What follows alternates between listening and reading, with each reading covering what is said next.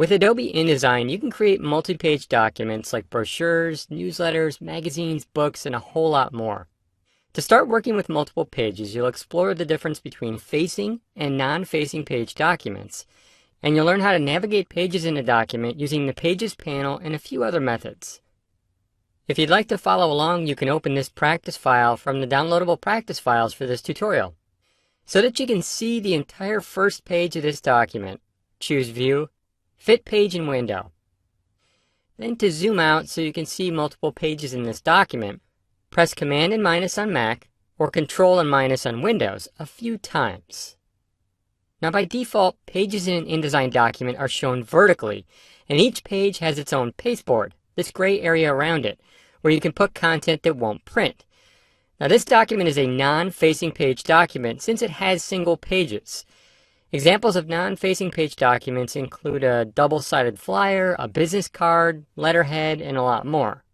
Now to understand the difference between a facing page document and a non-facing page document, you'll first create a new document. To create a new document, choose File, New, Document. In the New Document dialog box that opens, after you choose a preset like Print, you'll see this Facing Pages option over on the right.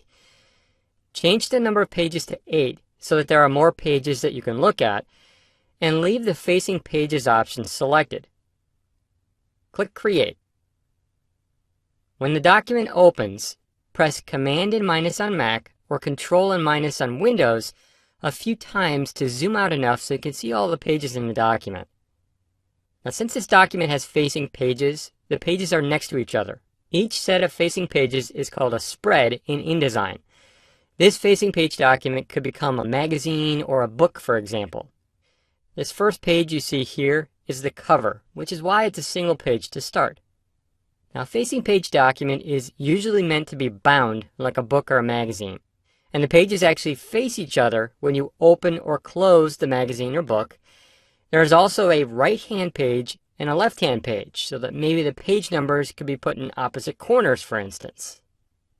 Okay, you can close this file without saving by choosing File, Close. Back in the non-facing page document, you can choose View, Fit Page and Window. Now you'll explore navigating pages. You can use the hand tool in the Tools panel on the left to drag from one page to another.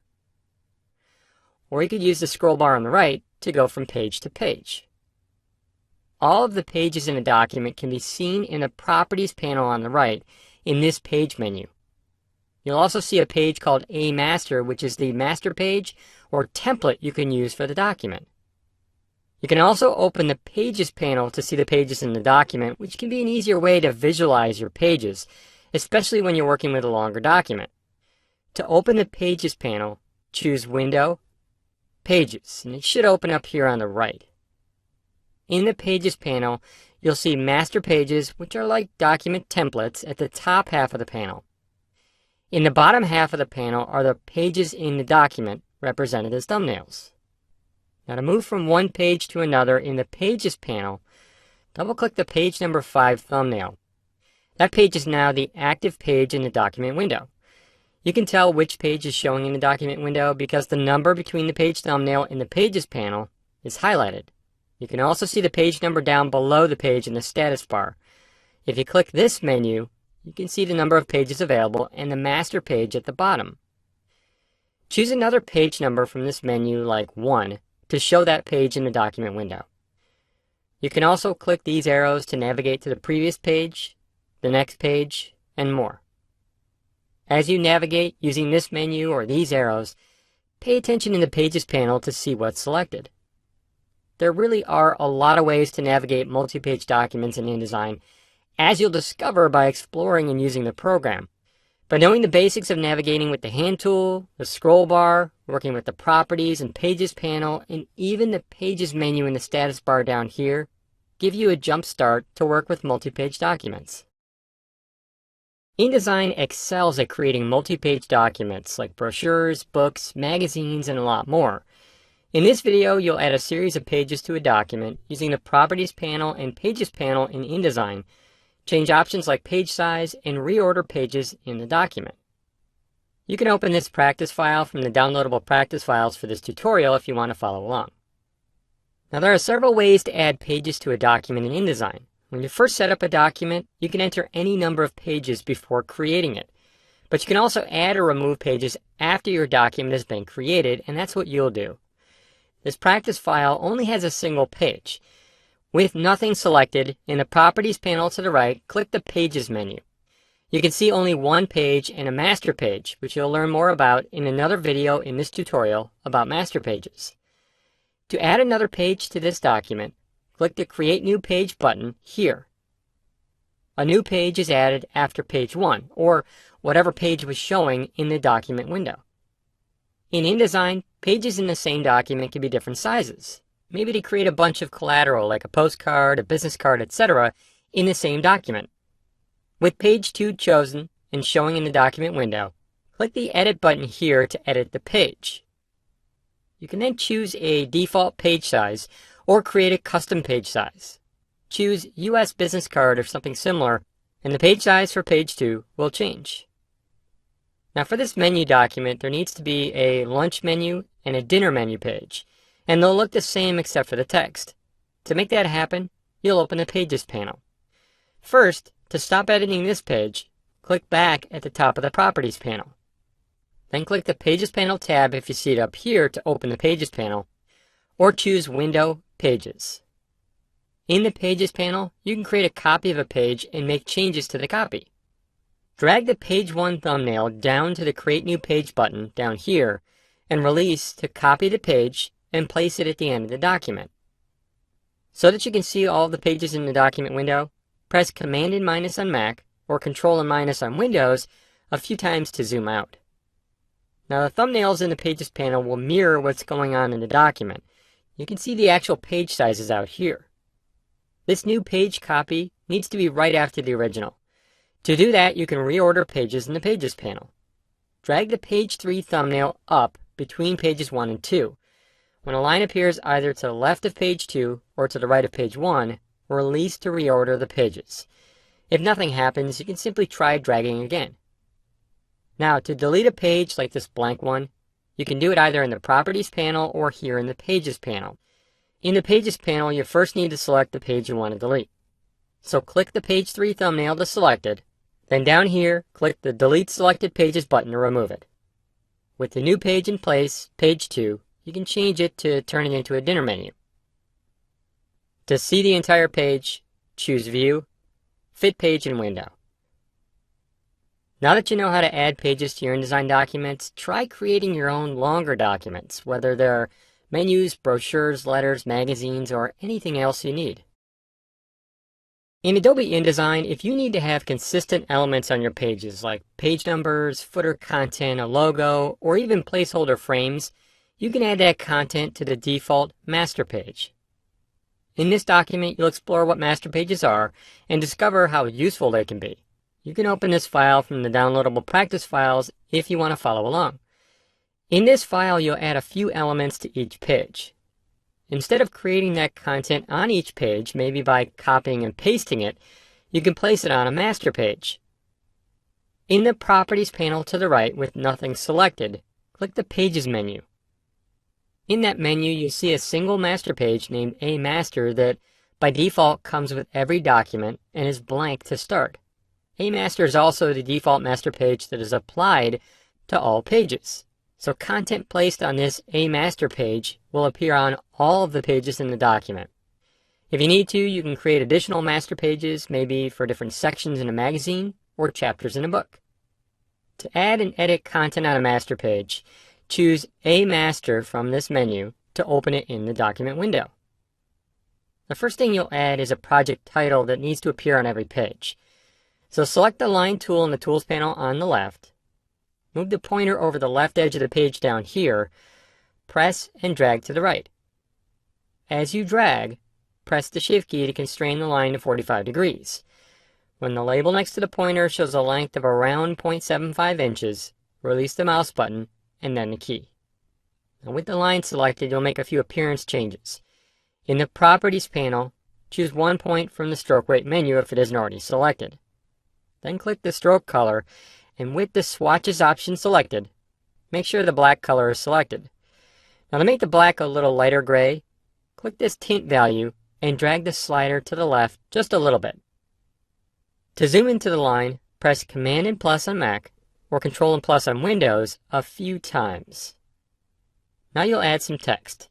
So select the Type tool in the Tools panel on the left, and starting above the line on the left edge of the page, press and drag to create a text frame. Type, in capital letters, Veils. Now you'll align this text to the right. So in the Paragraph section of the Properties panel, click the Align Right option. Select the Selection tool in the Tools panel and drag across both these objects to select them. So that you can keep them together and move them as one object, you'll group them. Click the Group button in the Properties panel. Then, so you deselect everything, click in a blank area. Now to make sure you can see everything out here, choose View, Fit Page and Window. To see the content on the pages, choose 2 from the Page menu in the Properties panel. There's the content. Then choose 3 from the same menu, and you'll see it there too. Content that comes from a master page has a dotted border on the frame, which is a visual that tells you it comes from a master page. With the Selection tool selected, if you try to select this master content, you won't be able to. Master content on your pages is locked by default. To change the master content, you'll make your edits directly on the master page, knowing that your changes will be reflected on all of the pages that the master is applied to. Now choose 1 from the Page menu. Notice that the content on the master page isn't showing. That's because master page content on pages is behind all content put on the page by default. You'll learn about layering content in another tutorial on organizing content with layers. By using master pages, you can save time and work faster and smarter in InDesign. Now that you understand how they work, you can create and edit content on your master pages to maintain consistent elements across your designs. When laying out your pages in InDesign, if you want to create columns of text, for instance, you can set up a series of non-printing margin and column guides in your document. In order to learn about margins and columns, you'll add several column guides to a document to more easily create a page layout. If you want to follow along, you can open this file from the downloadable practice files for this tutorial. Now in this document, the content is going to be arranged in a few columns, text in one column on the left and this graphic in the other. To do that, you could simply drag and resize the content on the page. You could create page guides, or you could change the margin and column guides for the page to help you out. On this page, you'll see these pink and purple lines. They're the margin guides, or guides that frame your content and determine the space between the content and the edge of the page. They're there for different reasons, like to remind you to keep content away from the edge of the page if you're printing on a desktop printer that can't print to the edge of the page, or for more white space. To set the margin and column guides, choose Layout, Margins and Columns. In the dialog box that appears, make sure that Preview is selected so you can see the changes happen. Know that the changes you make will currently only affect the page showing in the document window. If you wanted to apply these changes to all the pages in a document, for instance, you could go to a master page and change the margins and columns there.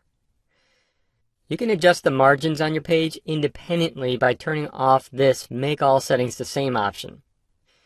That way you could add a larger margin at the top of the page to account for a header, for instance. Leave the margins at their defaults. In the case of this page layout, 2 columns will be used. So change the number of columns to 2 to see the effect on the page. Column and margin guides are non-printing and are there to be used if you need. Notice that the text frame didn't move or change when you changed the columns. Setting columns like this can be done after content is added or before. Usually it's easier to set these before content is on the page. Now the gutter value is the distance between the columns and can be a great way to add more spacing between the column guides. Set the gutter value to 0.25 by clicking the arrow here, then click OK. With the Selection tool selected, click the text to select the text frame. Then drag the lower right point down here to make it so it fits within the first column. Then drag the image group off the right edge of the page into the top of the second column. Click in the text again. Drag the text frame down To flow this overset text or text that won't fit in the frame into the second column, click the red plus in the out port of the text frame and release the mouse button. Move the pointer into the second column and click on the left edge of the column to flow the rest of the text. Now that you know how to set up margins and columns for your InDesign projects, it'll be easier to create columns of content and also to frame your content. Try experimenting on your own with different content by creating multiple column brochures, flyers, magazine layouts, and more. Frames in InDesign are an essential part of page layout. Aside from holding graphics and text, frames can act as graphic elements.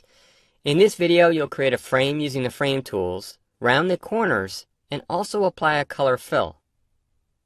You can open this practice file from the downloadable practice files for this tutorial if you want to follow along.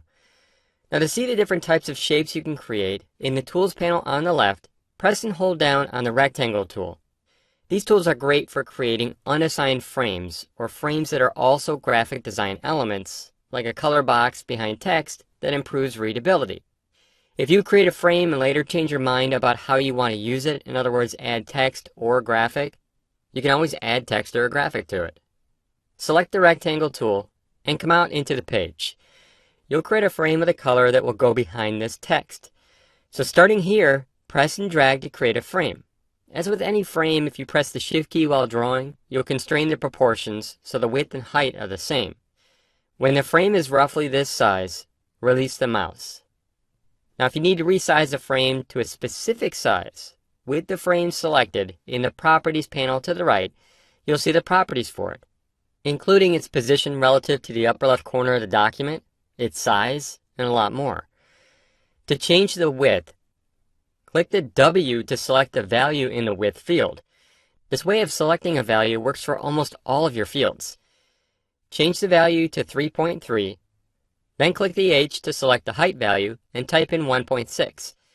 Press Return or Enter to accept the change. Now you'll add a fill color since frames created with these tools have no fill by default. So click the fill color in the Properties panel. Make sure you can see the default color swatches by selecting the Swatches option and select a color to apply it. You can then press Escape to hide the colors. Notice that the stroke or border has a color and also a stroke weight or size. Frames drawn with the shape tools have a stroke by default. In the Properties panel, click the down arrow to remove the stroke, making sure the stroke weight is set to 0. Now this frame needs to be behind the text. You can arrange content to change its stacking order on the page. With the shape selected, click the Arrange button in the Quick Actions section of the Properties panel and choose Send Backward. The shape is sent behind the next object in the stacking order, which is the text. To move the frame into position, select the Selection tool in the Tools panel and drag the frame so it's roughly centered on the text here. Finally, you'll round the corners of the shape. With the shape still selected, click the yellow box on the right side here to begin adjusting the corners. Move the pointer over a yellow corner and a tooltip with instructions will appear. Drag the yellow corner to the left to round the corners a little. If you ever need to remove the rounded corners, you can drag any of these yellow anchors all the way back to a corner. You can also adjust options for the rounded corners. In the Properties panel on the right, if you need the corner radius values to be an exact value or consistent across shapes, you can enter a value. Change the corner radius to 0.25. All 4 corners are changing, but you can also click the word corner here to see the corner options dialog box. You can deselect the Make All Settings the Same option to change the corner values independently. We don't need to do that, so click Cancel. You can also click the Corner Shape option and choose one to see the effect on the corners. Before you continue, make sure the corners are actually rounded. Then click away from the shape to deselect it.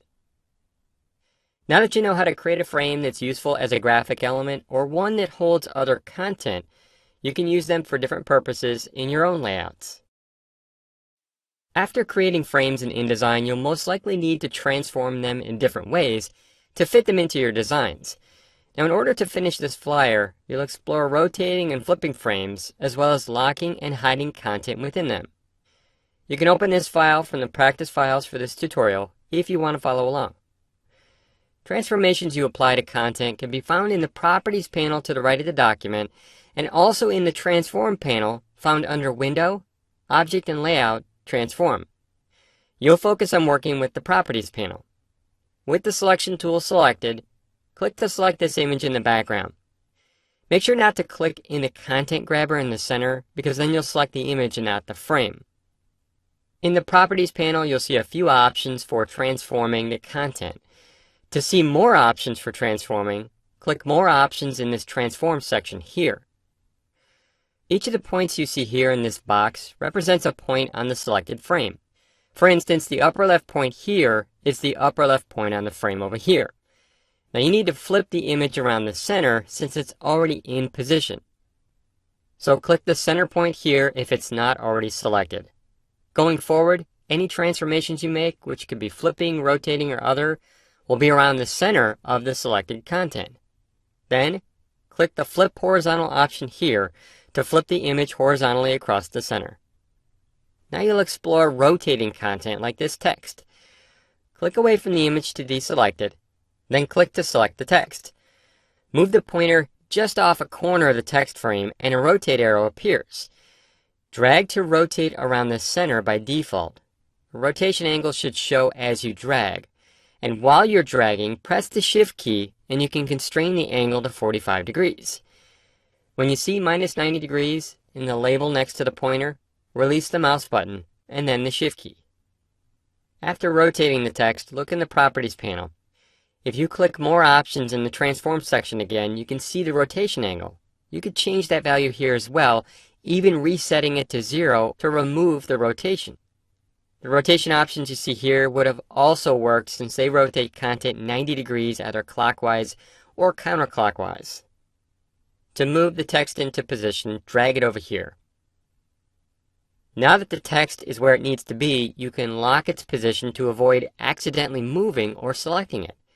With it selected, choose Object, Lock. The text now has a lock icon in the corner and you can't select it.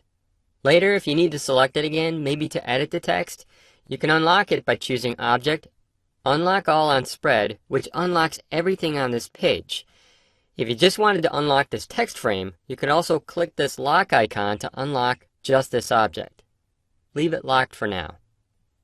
When working with a lot of page content or content that's close together, it can actually be useful to temporarily hide content so you can focus on other things. Suppose that you need to edit the black frame beneath this text. To make it a bit easier to select, you could hide the text. With the selection tool, click the text to select it.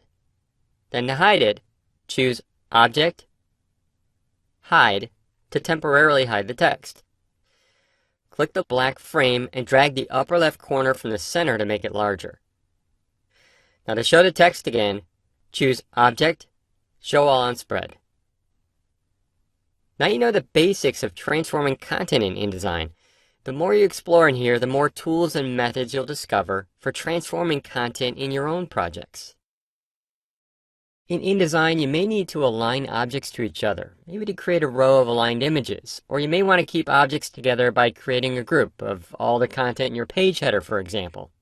In order to complete this flyer, you'll learn how to align content with Smart Guides, group content and work with groups, and align content with the Align options. To follow along, you can open this practice file from the downloadable practice files for this tutorial. To make sure that you can see the entire page, choose View, Fit Page and Window. Then, to zoom in over here, select the Zoom tool in the Tools panel and drag from left to right to zoom in here. As you move content, Smart Guides can help align content and appear as temporary snap-to guides. Smart Guides are turned on by default, and with nothing selected, they can be found in the Properties panel on the right here. With them on, to see how they work, select the Selection tool in the Tools panel. Then press and drag this text frame to the right. As you drag, you should see a series of green horizontal lines telling you it's in line with its original position. When it's aligned with the left edge of the object above, release the mouse button. With the text aligned to this line, it'd be helpful to keep this content together so they can be moved as one object, which is where grouping comes in. Starting off the left edge of the document, press and drag across to select this content. You'll also select the image behind. Now to deselect the image and not the other objects, press the Shift key and click the image to remove it from the selection. Shift clicking lets you add or remove content from a selection. To keep the objects together, you'll group them. So click the Group button at the bottom of the Properties panel on the right. They're now grouped and treated like a single object. Click away from the content, then click on any part to select the group. You can tell it's a group because both objects are now selected and there's a dashed bounding box around it. Now if you need to be able to select one of the objects and not the entire group, to do that you can either ungroup the objects by clicking the Ungroup button here, but then you'll have to group them again, or you can do it another way. Double-click the red line to select it. Double-clicking content in a group allows you to select just that object. In the Properties panel to the right of the document, click the stroke color and choose black. You can press Escape to hide this panel. Now you'll align some of the content using Align options. Starting off the left edge of the document, drag across to select all of this content. By dragging, you also selected the image behind again. To deselect the image and not the other objects, press the Shift key and click the image to remove it from the selection. Now in the Properties panel on the right, click Align Left Edges. Notice that the rightmost object aligned to the leftmost object. So that you can see everything out here, choose View, Fit Page and Window. Now the image in the background needs to be aligned to the center of the page, so click to select the image. In the Properties panel, click the Align To menu and choose Align to Page so that the image aligns to the page and not to other objects. Then click the Align Horizontal Centers button to align the image to the horizontal center of the page. Now that you have a basic understanding of aligning and grouping content, you can more easily organize and position your own content. Experiment with grouping objects and aligning to see how they can help you work faster and smarter. When adding content to your InDesign projects, you can create non-printing guides to help you align content easily. In order to align this content a set distance from the edge of the page, you'll create what's called a ruler guide. So you can follow along, you can open this practice file from the downloadable practice files for this tutorial. Now in order to create a guide, you need to show the page rulers. So with nothing selected, in the Properties panel, click the Rulers option here. Rulers appear at the top of the document window and along the left edge. They reflect the units you initially set. In this case it was inches. To change the units, you can actually right-click either ruler and choose a new unit. You need to do that for both rulers to change them both. Now rulers are a great way to visually see the position of content relative to the upper left corner of the page. You can see the 0 on both rulers, horizontal and vertical, starts here. To create a horizontal guide, you drag from the horizontal ruler up here. To create a vertical guide, you drag from the vertical ruler on the left.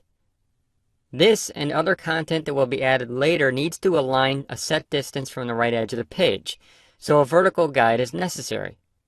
Move the pointer over the vertical ruler, press and drag from the ruler into the document. As you drag, a measurement label showing the distance from the left edge of the page, also called the X value, appears. Drag until you see about 7 inches in the label, and then release to place the guide. With the selection tool selected, click away from the guide to deselect it. Move the pointer over the guide, and when the pointer shows a little box next to it, click to select the guide. Guides are like objects you draw. They can be selected easily and deleted by pressing backspace or delete. You can also easily reposition guides by dragging, or in the Properties panel to the right of the document, you can position a guide by entering or choosing a value. The X here means the X or horizontal axis, basically how far the guide is from the left edge of the page. To fit with our design, this guide needs to be an inch from the right edge of the page. To measure from the right edge of the page and not the left, you can reset where the 0 on the rulers begins. To do that, drag from the corner of the rulers where they meet. This is called the 0, 0 point, to the upper right corner of the page. The pointer should snap to the edge of the page. If you now look at the horizontal ruler, the 0 on the ruler starts on the right edge of the page. The guide should still be selected, but if you look in the Properties panel, the X is a negative number, or to the left of the 0 starting point. Change the X value to -1, so it's 1 inch from the right edge of the page. Press Enter or Return. Now to reset that 0 point, which you should do, so later measurements and positioning start in the upper left corner of a page, double-click back in the corner where the rulers meet. The 0 on the horizontal and vertical rulers should be back in the upper left corner of the page. Now you'll position this content. So drag this group to the right, and as you drag, press the Shift key to drag the group straight across. When the right edge comes close enough to the guide and the pointer changes to a white arrow, release the mouse and then the key to snap the group to the guide. So that you don't accidentally move a guide or delete them, you can lock them temporarily. Click away from the content to deselect it, and in the Properties panel to the right, click the Lock Guides option. To hide the guides temporarily, you can click the Hide Guides option here. Click it again to show the guides. Setting guides can be a great way to align content. Now that you know the basics of working with them, you can add guides to your own projects. You can even add them to master pages to apply them to multiple pages at once. You'll learn more about master pages in another video in the tutorial on multi-page documents.